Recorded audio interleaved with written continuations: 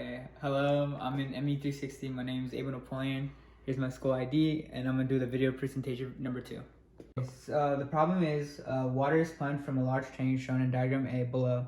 The entrance on the pipe section is sharp edged, and the pipe is cast iron with a total length of 2 meters. Flow within the pipe is observed to be fully turbulent. The relationship between the volumetric flow rate and the actual head rise is provided in the pump's specification and shown in diagram B, right here. Determine the volumetric flow rate for this system. B, show the observation of fully turbulent flow was correct. And C, if the pump is 70% efficient, determine how much power must be supplied to the pump. So the first step is, like, we know the length is 2 meters. So length equals 2 meters. And then we know the diameter of this is 0.07 meters.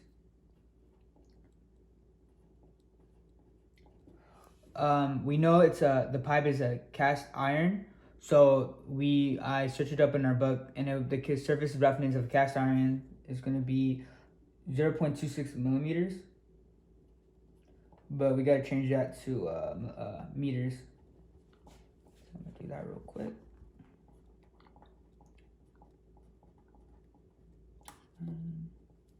That's be 0.26 millimeters, and then it's 2.6 times 10 to the negative 4 meters.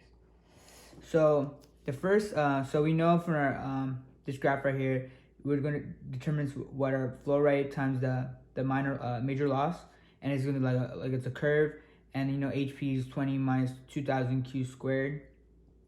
The first step is the Bernoulli's equation.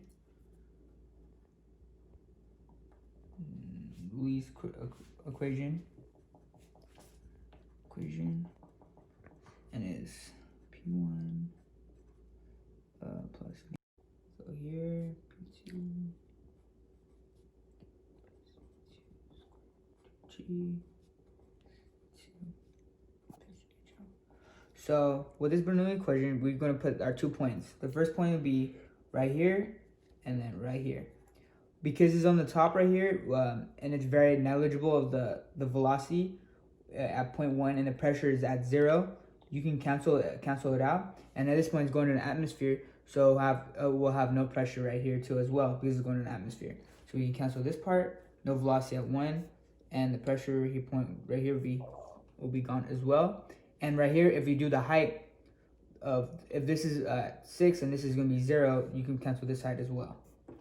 So now making it cleaner, it'll be Z1 minus HP equals V squared over 2, this,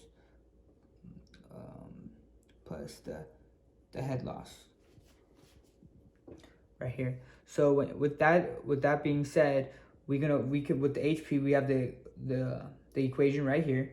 So we can just put Z1 minus HP, so we put 20 minus Q2 equals V2 squared this plus HL. And that with that giving us, we can, with HL, we can sub it in as well again.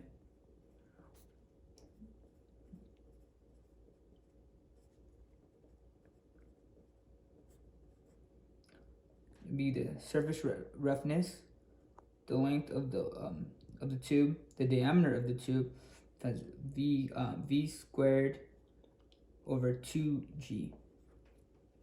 And with that, we now we try to find what V2 is, and it's going to be Q over A.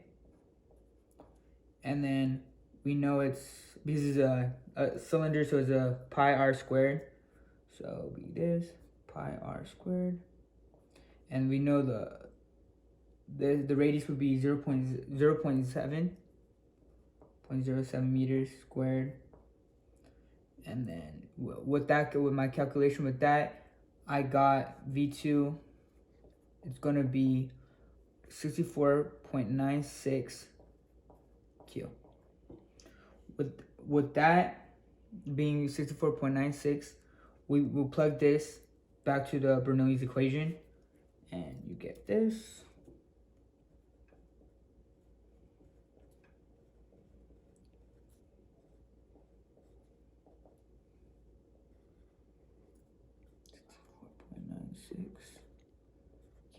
squared.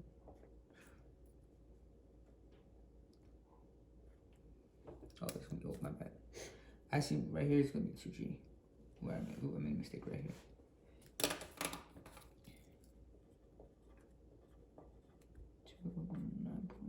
One, and then you got, and we already know the surface roughness. You put, and it'd be 0.00026 times the length of it, and that's we know it's 2 meters. 2 meters, and then the diameter is 0.07. And then with that given, we, after that part, we put the v squared 2, and that will be 64.96 q, and that's going to be squared as well, divided by 2g, and that's 9.81. And close it. With that being said, oh, we know z1 too as well, so we can put that as 6, because that'll be the height from the tube going up to the top. So it'll be 6 amount, that'd be 14, 200 of q2, it's gonna be q squared, my bad. And then with that, we'll simplify it. It's be 200 points q2 plus 0.007 times 4219.8 q squared, and then it's 19.62. That, and then let me make it even simplify it even more.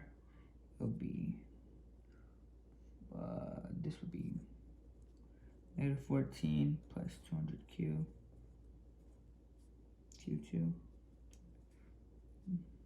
and q2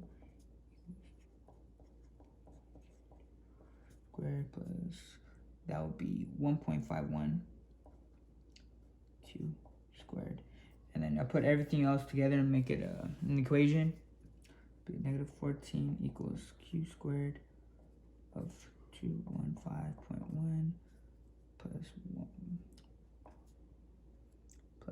1.5 plus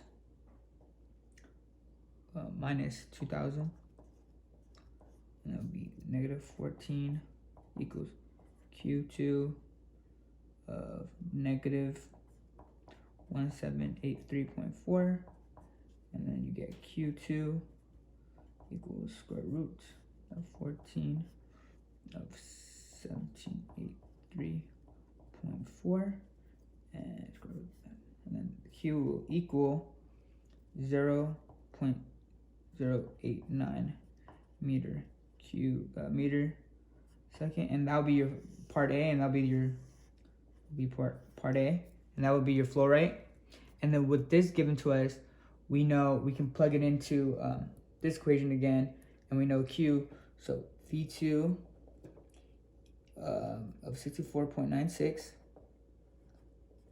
times it by 0.089, and that will give us 5.78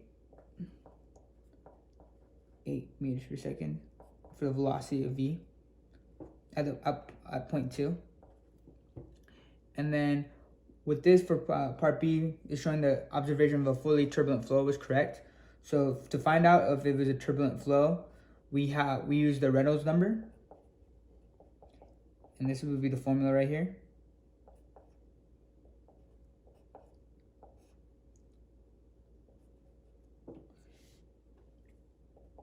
So the density of water that's given to us in our table is 199 times the velocity that I found would be 5.78. And then at the diameter is 0.007. And then the viscosity of water is 1.112 times 10 to the negative 3. And this will give us the Reynolds number being 360,889. And due to that being over 4,000, it's a turbulent flow. So this is turbulent. So it's correct in that it shows that it's a fully turbulent flow. That is correct for part B. And then with part C, the pump is 70% efficient. So we use the efficient formula, the density of water from the velocity from the diameter times the viscosity. And then you can change the units to make it, with the units that we have is density times the gravity times the Q from the flow rate with HP of that was given from this graph over the efficiency. And with this given us, we know the density of water, the gravity 9.81 up 0.089 times this HP. We need to calculate that, and we go back to that part of the equation, and we already know Q already, and that was basically the flow rate, and we found that the flow rate right here at this part A. So we plug in that squared, and that will be given to with that calculation I found out it was 4.158, or I'll just put it as 4.16. You just plug that part in right here, divided by the efficiency, and that's 0.7, and that will give us 5183 watts, and I made it as 5.183 kilowatts, and that will be the answer for how much power must be applied to the pump to able to get a 7% efficiency. And that will be part C. That is all.